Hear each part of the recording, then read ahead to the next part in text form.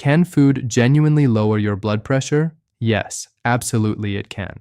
And when these 8 foods are eaten consistently alongside a healthy overall dietary pattern and regular physical activity, the combined effect on your blood pressure can be more powerful than any single medication I could prescribe.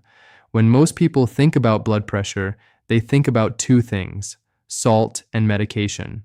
Both matter. But what rarely gets discussed is that the systems inside your body that actually control blood pressure, your arteries, your kidneys, your hormonal pathways, respond strongly to specific compounds found in food: nitrates, flavonoids, bioactive peptides, potassium. These compounds physically interact with the biology of blood pressure regulation in ways that are well documented and reproducible. Before we get into the 8 foods, let me be clear about one thing. None of these foods is a magic bullet. Adding one of them to an otherwise unhealthy diet will not dramatically change your blood pressure overnight. The point is that each one has a small but real and reproducible effect. And when you combine several of them together, those effects compound. Layer that on top of the broader lifestyle measures we discuss throughout this channel, and the combined impact becomes genuinely meaningful. My name is Dr. Victor Hayes. Let us go through them. Food number 1 is hibiscus, most commonly consumed as a deep red herbal tea. Hibiscus contains compounds called anthocyanins and hibiscic acid that interact with your body's blood pressure regulation system in a specific and well-characterized way. Your body has a hormonal pathway called the renin-angiotensin system that plays a central role in controlling blood pressure. Part of this system involves an enzyme called AC, angiotensin converting enzyme, which produces a hormone that constricts your arteries, pushing pressure upward. One of the most common classes of blood pressure medication, ACE inhibitors, works by blocking this exact enzyme. Hibiscus compounds act as mild natural ACE inhibitors through a similar mechanism.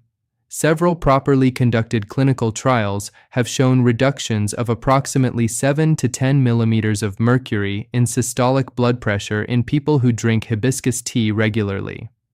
That is a meaningful effect, comparable to certain prescription medications. The easiest way to incorporate this is as a daily herbal tea.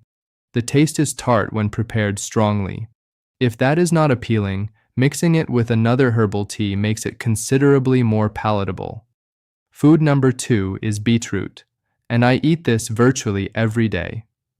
Beetroot is extraordinarily rich in dietary nitrates. When you eat these nitrates, your body converts them, via bacteria in your mouth and digestive system, into nitric oxide. Nitric oxide is one of the most important molecules in cardiovascular health. It tells the smooth muscle inside your blood vessel walls to relax. When those muscles relax, the vessel widens, resistance to blood flow decreases, and your heart does not have to push against as much pressure. Nitric oxide also directly improves endothelial function, the function of the inner lining of your blood vessels, which is responsible for controlling their ability to dilate. Endothelial dysfunction is one of the earliest detectable steps in hypertension development, often appearing years before blood pressure becomes clinically elevated. Multiple studies have shown significant reductions in blood pressure through regular beetroot consumption. Cooked beetroot, which you can find in most supermarkets, delivers the same beneficial compounds as beetroot juice, with the advantage of retaining its fiber content. It works well in salads, alongside fish or chicken, in omelets, or simply eaten as a side dish. It is one of the most accessible and practical additions on this list. Food number 3 is celery seeds. Celery itself is a familiar vegetable. Celery seeds, used as a spice, have a less familiar but well-documented blood pressure mechanism. The key compounds work through 2 distinct pathways simultaneously. First, they appear to relax the smooth muscle in blood vessel walls in a way that is mechanistically similar to a class of medications called calcium channel blockers, drugs that reduce muscle contraction in arterial walls. Second, they act on the kidneys, promoting sodium excretion in urine. When your body excretes more sodium, it also releases excess fluid, reducing blood volume and thereby reducing pressure. So celery seeds address blood pressure through arterial relaxation and through kidney-mediated sodium clearance at the same time. That combination is genuinely impressive for a simple spice. They can be added to virtually anything: soups, stews, eggs, salad dressings, homemade bread. The flavor is mild, slightly bitter, and far less intense than you might expect. Approximately half a teaspoon daily is a practical target. They are inexpensive and available in most supermarkets. Food number 4 is kefir, a fermented milk drink that I consume every morning. The blood pressure mechanism here operates through the fermentation process itself. When bacteria ferment milk proteins, they break them down into smaller fragments called bioactive peptides. Certain of these peptides act as natural ACE inhibitors, the same mechanism as hibiscus, reducing the hormone that constricts your arteries, allowing them to relax. There is also a secondary pathway. Kefir is one of the most potent natural sources of probiotic bacteria, and emerging evidence shows that gut microbiome diversity influences vascular inflammation, a driver of arterial stiffness and hypertension. Approximately 200 to 300 milliliters per day, roughly a small glass, is sufficient to produce these effects. Most people drink it straight. It also works well as a base for a simple dessert, poured over berries with some ground flaxseed. The fermented, slightly tangy taste becomes quite pleasant once you are accustomed to it. Food number 5 is watercress.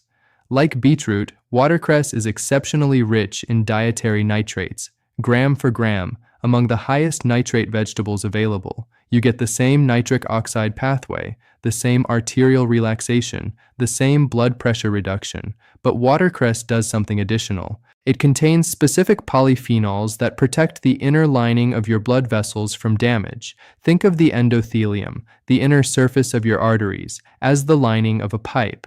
When it becomes inflamed and damaged over time, the pipe stiffens and loses its ability to dilate when needed. Watercress simultaneously promotes nitric oxide production and protects the vessel wall's capacity to respond to it. The taste is peppery, similar to rocket or arugula, but more intense.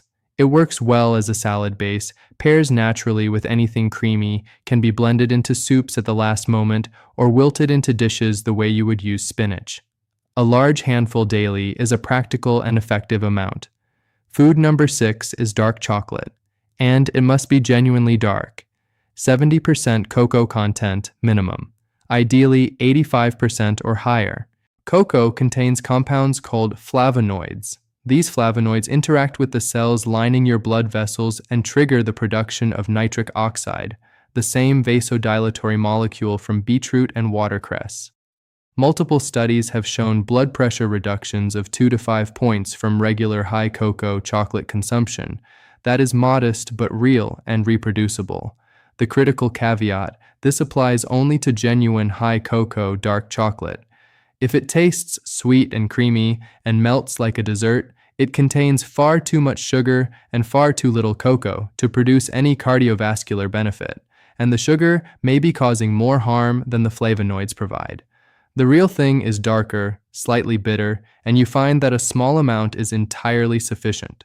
Approximately 20 grams, 2 small squares, is what was used in research, and that amount is genuinely satisfying. Food number 7 is pomegranate, whether as the arils, the seeds, which you can find conveniently packaged in most supermarkets, or as unsweetened pomegranate juice. Pomegranate contains some of the most potent antioxidants found in any food. Nitric oxide is a somewhat fragile molecule. It can be destroyed by reactive molecules in the bloodstream before it has the opportunity to act on your blood vessels. Pomegranate antioxidants effectively act as a protective shield for nitric oxide, neutralizing the reactive molecules that would otherwise break it down. More nitric oxide survives, more remains active in your vessels. On top of that, pomegranate has documented ACE inhibitory effects, working on the same renin-angiotensin pathway as hibiscus and kefir. It is quietly operating on multiple blood pressure mechanisms simultaneously. The arils work beautifully in salads through yogurt or kefir, stirred into porridge, or simply eaten as a snack. If using the juice, choose unsweetened versions. Sweetened pomegranate juice adds enough sugar to work against the metabolic benefits. Food number 8 is seaweed, specifically dried varieties like nori or dulse. Seaweed is extraordinarily rich in potassium, one of the most potassium-dense foods available. As I discussed in the context of blood pressure drivers, potassium causes the kidneys to excrete more sodium, reducing fluid retention, lowering blood volume, and therefore reducing pressure. Seaweed also provides magnesium, which has its own independent effect on arterial wall relaxation. For most people, nori sheets, the dried seaweed used in sushi, are the most practical entry point. They can be eaten straight from the packet as a snack, crumbled into soups, or added to salads. Dried dulse flakes have a slightly smoky flavor that works well as a seasoning. The taste is milder than most people expect. One note for anyone with chronic kidney disease or anyone whose kidney function has been assessed as reduced. Very high potassium intake in those specific contexts can be problematic. Speak to your doctor before significantly increasing potassium-rich foods if kidney disease is part of your medical history. When you step back and look at all 8 foods together, a pattern becomes clear. They are not a random collection of unusual ingredients. Every single one targets one or more of the biological systems that control your blood pressure. Several boost nitric oxide production, relaxing your vessel walls. Beetroot, watercress, dark chocolate, and pomegranate. Several work on the renin-angiotensin hormonal pathway, reducing the hormone that constricts your arteries. Hibiscus, kefir, and pomegranate. Some act through the kidneys, helping your body flush excess sodium. Celery seeds and seaweed, and almost all of them protect the inner lining of your blood vessels, keeping them flexible and responsive over time. Blood pressure is not controlled by one single mechanism. It results from several systems working simultaneously. When you eat a variety of these foods regularly, you are nudging multiple systems in the right direction at the same time. Small nudges, applied consistently and together, compound into something meaningful.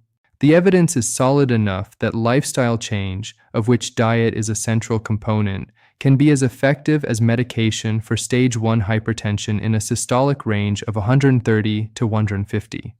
That is not a fringe claim. It is consistent with what the clinical research shows. None of these foods will transform your blood pressure overnight, but eaten consistently, as part of a broader pattern of whole foods and healthy habits, they add up to something that matters.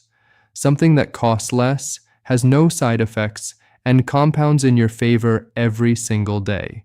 If this was useful, please subscribe to this channel and share it with someone managing their blood pressure. I will see you in the next video.